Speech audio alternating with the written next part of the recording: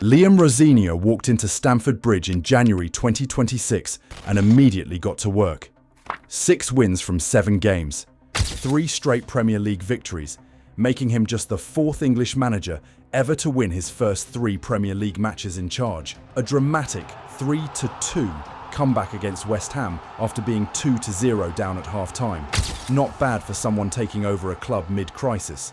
But here's what's really happening under the surface. Chelsea's pressing game has exploded. 3 of his first 4 home goals came from winning the ball high up the pitch. Defensively, they held Paphos to just 0.15 xG, the lowest by any Chelsea opponent. Possession isn't just prettier now. It's sharper, more vertical, and more dangerous. Before Chelsea came calling, Rosenior guided Strasbourg to European qualification for the first time in decades. At Hull, he took them to 7th in the Championship. The man knows what he's doing. Chelsea fans have seen plenty of chaos. Now they're watching someone bring order. Stick around to find out why appointing Rosenior might just be Chelsea's smartest move in years. On the 6th of January 2026, Chelsea confirmed Rosenior as their new head coach, signing him to a contract that runs until 2032. He took over from Enzo Maresca. His exit came after a breakdown in his relationship with Chelsea's hierarchy, including disagreements with medical staff and internal figures over team and player management, combined with a significant downturn in results, are capable of stabilizing results rather than pursuing high-profile names outside that setup. Rosenior's appointment was influenced by several key factors: his relationship with Chelsea's sporting directors, his work ethic, and his connection to the club network through RC Strasbourg. Before joining Chelsea, he spent 18 months at Strasbourg in League One, guiding a young team to a strong 7th place finish and European qualification, a rare achievement for the club. Rather than launching radical tactical experiments, Chelsea's board saw Rosenior as someone who could blend tactical progression with stability.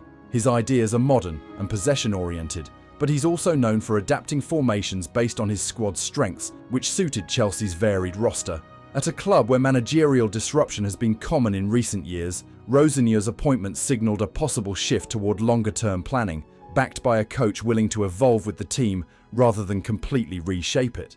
In his first official Chelsea press conference, Rosenior stressed that he was not arrogant, but confident in his abilities and fully committed to helping the team succeed, highlighting his pride in the job and his determination to work hard to meet the club's expectations, a message that came across as measured and focused rather than dramatic. In practical terms, Rosenior reunited with a squad that includes talented young players and experienced professionals. Early signs suggested he was focused on immediate cultural improvement, building trust with individuals, encouraging open tactical dialogue, and creating clear lines of communication. These are small shifts off the pitch that signal a different managerial style: less confrontation, more collaboration. James Rosenior's journey to Chelsea's dugout is rooted in a deep footballing background that mixes solid playing experience with thoughtful coaching development. Born in Wandsworth in 1984, he enjoyed a long career as a dependable fullback and wide player, featuring for clubs such as Bristol City, Fulham, Reading, Hull City, Ipswich Town and Brighton, and Hove Albion. He also represented England at the U20 and U21 levels. After retiring from playing in 2018, Rosenior transitioned into coaching, starting with Brighton's under-23s before moving into senior coaching at Derby County, where he worked alongside Wayne Rooney. Rooney publicly praised Rosenior's coaching ability on his BBC podcast, calling him as good a coach as I've ever worked with, and highlighting how important his contributions were during their time together. Following Derby, Rosenior took on a head coach role with Hull City, leading them to a respectable 7th place finish in the Championship before moving to Strasbourg in France. At Strasbourg, he oversaw one of the club's most successful seasons in decades, achieving European qualification through a style marked by possession, pressing, and opportunities for young players. Rosenior's coaching philosophy reflects both modern tactical thought and a strong belief in player development. He favors structures that promote ball control and dynamic transitions, often using formations like 4-2-3-1, 3-4-3, 3-4-2-1, or adapting into a 3-2-5 shape in possession to overload central areas, and he does this without rigid attachment to any single system. These qualities, deep tactical understanding, adaptability, and strong player relations, have helped him grow from a respected coach into a manager capable of leading a club with high expectations and substantial pressure. Both Rosenior and Maresca favour possession-oriented football with short build-ups and structured progression, and Rosenior's style at Chelsea has been noted as similar enough to Maresca's that it eased the transition for players used to that style. They also share a focus on youth development and integrating young players into the first team.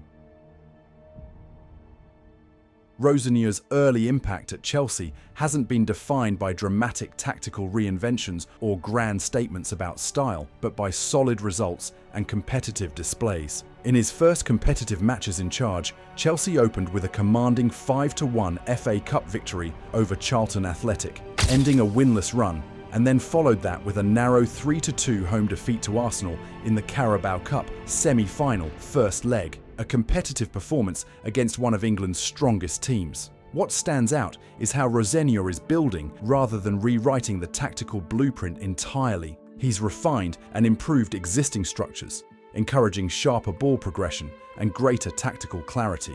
His teams generally favour possession, build up with short passes, and use a coordinated pressing approach to regain the ball. Ideas that encourage a proactive style without risking disorder.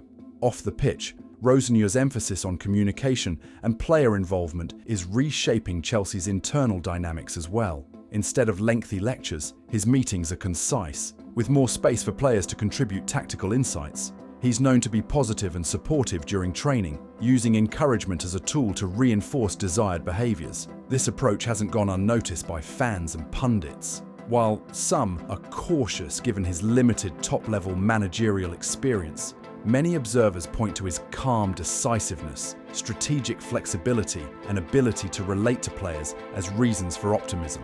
Rosenior's early message emphasizes accountability and performance over buzzwords or press rhetoric. He's urged fans and critics alike to judge his methods by what they see on the pitch rather than headlines, a stance that underlines his preference for substance over spectacle.